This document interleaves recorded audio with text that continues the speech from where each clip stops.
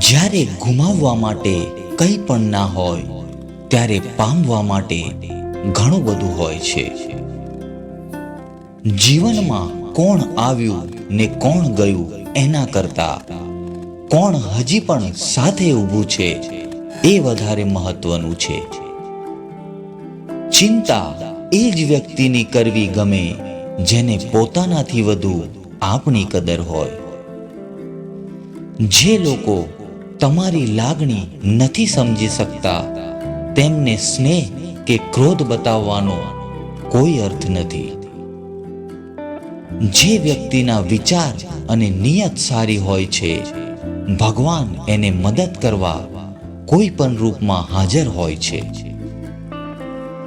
નાદાન સાથે મિત્રતા કરો, કેમ કે મુસીબત સમયે કોઈ પણ સમજદાર માણસ કામ નથી આવતો. જિંદગી જોકર જેવી હોવી જોઈએ.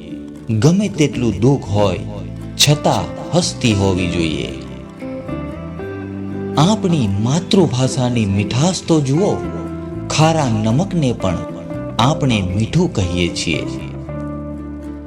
ખોવાનો ડર અને પામવાની આશા માણસને દુખીને દુખી જ રાખે છે.